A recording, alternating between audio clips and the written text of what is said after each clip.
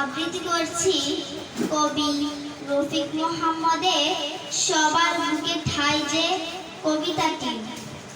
দেশপ্রেমিক সোনার ছেলে শরীফ ওসমান হাদি জুলুমবাজের বিরুদ্ধে সে ছিল প্রতিবাদী। সত্যের পক্ষে ছিল অটল অবিচল, সততাটাই ছিল যে তার সাহস এবং বল।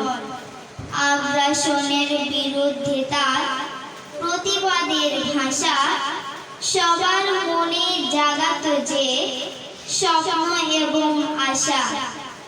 একটি বুলেট বিদ্ধ হলো, শহীদ হলো ভাই যে, প্রিয় হাদি চির অমর সবার বুকে ঠাঁই যে। প্রিয় হাদি চির অমর সবার বুকে ঠাঁই যে।